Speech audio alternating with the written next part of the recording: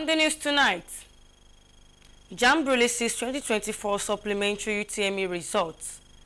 Catholic Diocese of Ijebu-Ode celebrate triple landmark anniversaries. Good evening, you are welcome to Ijebu-Ode News at 7. I am Titilayoke. Thanks for staying here with us. Now the news in details. The wife of Ogun State Governor Mrs. Bamidele Abiodun wants stakeholders in drug abuse prevention to intensify actions against drug abuse in the society. Mrs. Abiodun, during a sensitization work organized by NDLEA in Ogun State in commemoration of the United Nations International Day Against Drug Abuse and Trafficking, emphasized the importance of collective responsibility in tackling the menace of drug addiction in the society. Onikosola Ojelade reports.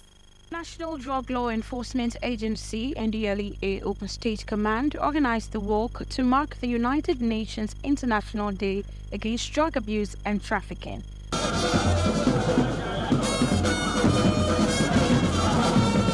Targeting high-risk areas in Abeokuta, such as Omida, Mansheke and Okelewo area of the Abeokuta metropolis. Wife of Ogun State Governor Bamidele Abiodun, while addressing the team, says stakeholders must be resolute in combating drug addiction and trafficking and encouraged the public to play an active role in preventing drug abuse in their various communities.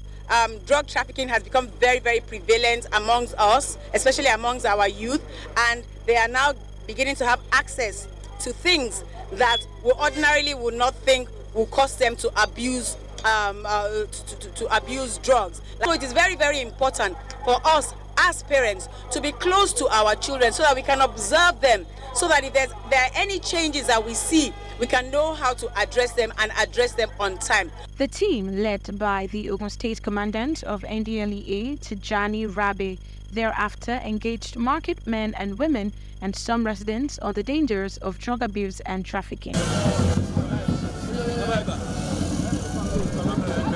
The NDLEA boss notes that the agency will not relent in its efforts at achieving zero drug abuse and eradication, especially amongst minors. The boys or the children you find, the juveniles, involved in manufacture of some of these drugs. Majority of them are out of school. Have a record, not participation, organization of sensitization campaign to various schools and communities. The United Nations General Assembly established International Day Against Drug Abuse and Illicit Trafficking in 1987 to strengthen global action and cooperation towards a society free of drug abuse. Nabeokuta, Onikosola Ojelade, NTA News. The Joint Admissions and Matriculation Board, JAMB, has released the results of candidates who participated in the Supplementary Unified Tertiary Matriculation Examination, UTME, conducted between Friday 21st and Saturday 22nd of June 2024. The report. Examination was conducted for 1,000 candidates who were unable to be biometrically verified during the main UTME exams in 2024. Now, a statement from JAMB's Head of Public Affairs, Fabian Benjamin, says the other category of candidates were those suspected to have been involved in examination malpractices during the main UTME, but who were given a second chance to write the examinations. Now, the statement also urges candidates to desist from soliciting score upgrade from fraudsters or engage in the mutilation of their result sheets while trying to generate fake result sheets with higher scores. To check their supplementary UTME results, candidates are to also send UTME results to either 55019 or 56019 through the same phone number they had used to generate their profile codes at the start of registration. In continuation of the field trip in NTA Ijebu-Ode by some elementary schools within the metropolis, students of Great Foundation International School took a turn on an educational tour to the station. Zino Bokweliyi reports that the excursion provided them the opportunity to have an insight of the television station. Filled with enthusiasm, The students were shown around the station by officers from different departments, so alerting them on what broadcasting entails. Mr. Tokyo Ajayi from the engineering department explained that the transmitter is the major equipment for operation and without it nothing goes on air. On the other hand, the editing personnel Mr. Idowu Ogunbajo provided detailed information on the operations in the editing department. So this is a transmitter, right?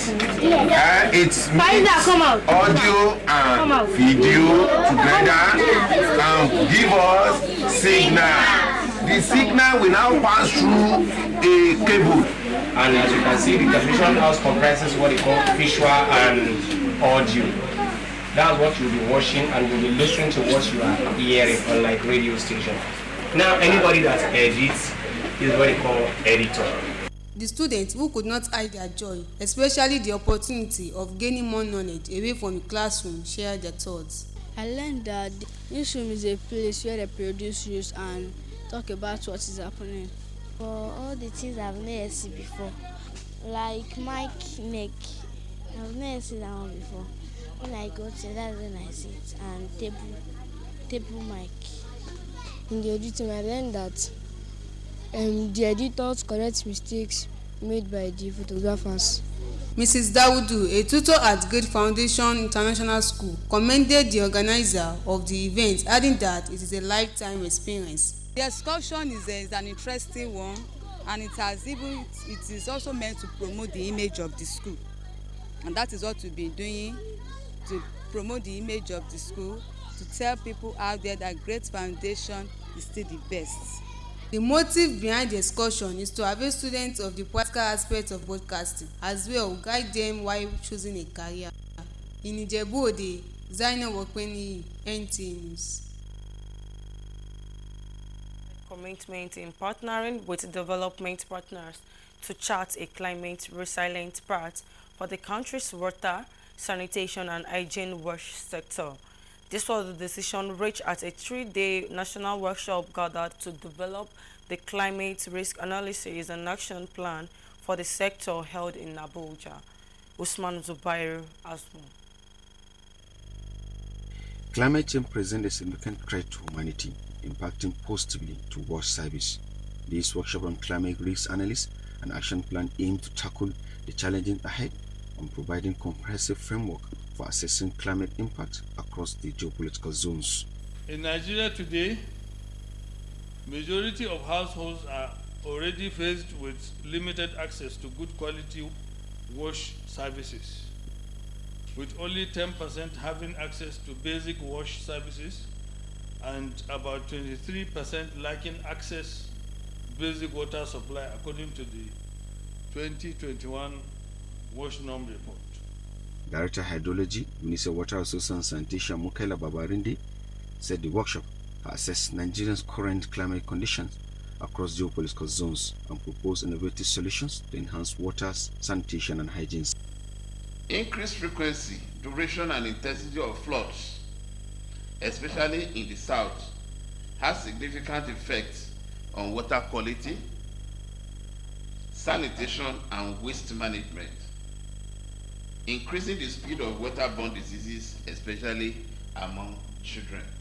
UNICEF Wash Manager Charin Jabi Tarawani explained that the majority of households in the country already faced with challenges with limited access to quality water services, underscoring the timeless of collaborative effort to change the narrative. Willing messages were delivered by representatives of development partners, urging collective action to protect those most affected. In Abuja, Usman Web, NTA News. We'll be back shortly after the break. Don't go away.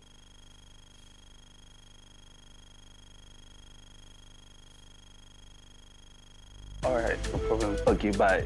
Today, bad man. Let me call phone call now. Help my ministry. You know, since I be your main guy, have fun now or spot me data now. Babatunde, my G from under the mother. You know, since I'm first asked since last week. Huh? What are you guys going to give me first? Can I have all of my beverages? Guy, how far come now? Make I spoil you with cinema tickets. You can have my lucky underwear. Guys, just get on Glow Campus Booster. Enjoy 100% data bonus on campus with Glow Campus Booster. Dial *312# and flex on campus non-stop. Power your relentless ambition with ultra-high-speed data. Glow Unlimited. The Senate Committee on Agriculture and Rural Development has received a draft bill on agricultural extension aimed at strengthening the food production in the country. The bill was drafted by key players in the agricultural sector under the umbrella of the Women Farmers Advancement Network. Musa Baba Haliyu reports. The bill was drafted based on concerns over the neglect of agricultural extension services in the country. It has been established that Nigeria is among the countries with the lowest population of agricultural extension workers. Salamatu Garba, who championed the documentation of the draft bill, said that if passed into law, all the challenges associated with the farmers' output will be addressed. She presented the draft bill to the chairman of the Senate Committee on Agriculture, Produce and Rural Development, Saliu Mustafa. Backed up by the Federal Department of Agric Extension, we are backed up by Ministry of Justice, we are backed up by all the legal bodies and all the departments that are supposed to be part of this journey. So we see it as a business that is completed by the grace of God. Senator Saliu Mustafa assured stakeholders in the agricultural sector of the speedy passage of the Agricultural Extension Revitalization Bill into law. He said that his team would quickly look at the bill, make necessary adjustment, and proceed with the reading on the floor of the Senate, subsequent passage, and presidential assent. Some of my team members, I don't think we will have anything again to waste time on. So it will just be for us to see how we can quickly move into action in making sure that the bill is being taken to the floor, and to now see how we will get the president to assent to it. Between the Federal Ministry of Agriculture and Food Security. Director of the Field Extension Service of the Federal Ministry of Agriculture and Food Security, Olumi Ayodele, said expectations of the ministry, particularly the Department of Agriculture Extension, is that the agricultural extension delivery system in Nigeria will be strengthened. In Abuja, Musa Baba Aliyu, NTA News. Continually, it was a joyful moment for members of Catholic Church Ijebu-Ode Diocese as they rolled out the drums to celebrate 45 years of existence of the diocese. Anthony Gandoni reports that the 3-in-1 event recorded in a roll call of Catholic priests across Nigeria. The report.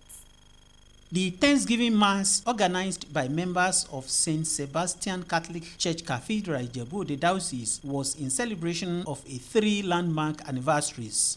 They are the 55th anniversary of canonical erection of the diocese, 60th birthday anniversary of Most Reverend Francis Adeshina, and the 5th Episcopal anniversary of the Bishop.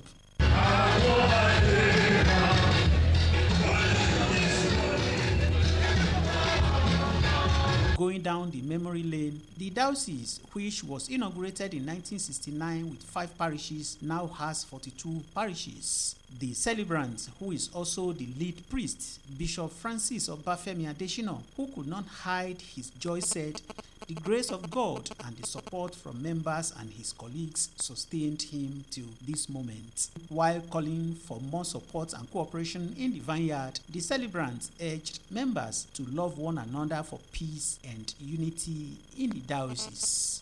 We must remain one united church, focus on the work of evangelization. The call of the church is to be the salt of the earth and the light of the world. So whether we are bishop or priest or reverend sisters or lay faithful, our Christian baptism calls us to be examples in the world.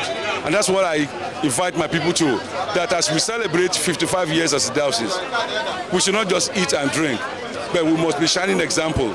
Some priests in their goodwill messages identified prayer and the commitment that Bishop Adeshina exhibited as the major key to the success recorded within the 5 years of his episcopal work. The 5 years of Bishop Adeshina's service has been full of new initiatives. He has applied wisdom in carrying out his duties in very many ways. I wish him well. I continue to pray God to give him strength, courage, and the grace to persevere in his duties and obligations entrusted to him. A reception followed immediately where guests were entertained and some of his family and friends testified to the personality of Bishop Francis Obafemi Adesina. Other activities at the event include cutting of the anniversary cake.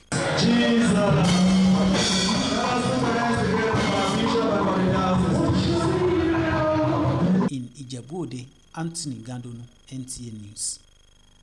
Now on Good Morning Nigeria.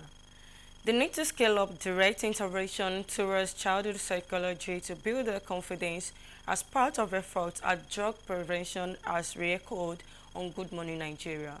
Guests on the program believe this is critical to eliminating major push factors stemming from misconceptions about drugs. Lydia Sampson reports. Determined to ensure drug abuse prevention, Safer Families, launched by the National Drug Law Enforcement Agency (NDLEA), is attacking drug usage from the roots with testing kits for early detection. Similarly, armed with state-of-the-art equipment, there is no escape for drug bearers and traffickers. Prevention is not just for the family. It's not just for the NDLEA alone. Our government is for everybody, including the family sector. And what we launched recently, which is Safer Families, and other preventive actions put in place to ensure that we have families with drug testing kits at home. And what that means, if you suspect any member of the family that is using drug, you can actually conduct a simple test. And the essence is to see who is using drugs, to enable that person come out of it. You win that person immediately before it gets to dependency stage. The drug use also has a relationship to cultism and gangsterism, right? So if that be the case, you know that when individual engages in cultism, gangsterism, most times the activities, the ritual would require a measure of elation, a measure of, sense of feeling, of being in charge, of being powerful. As the NDLEA scale up prevention, experts are urging the public to stop stigmatizing persons battling drug addiction, but treat them as patients who need care and treatment. We must shift our mind from this person is doing this intentionally, it's his fault, he knows what he's doing. And then, of course, the journalist, as was rightly mentioned, the journalist must begin to, spread the message in the light of reforming the perception of rehabilitation programs.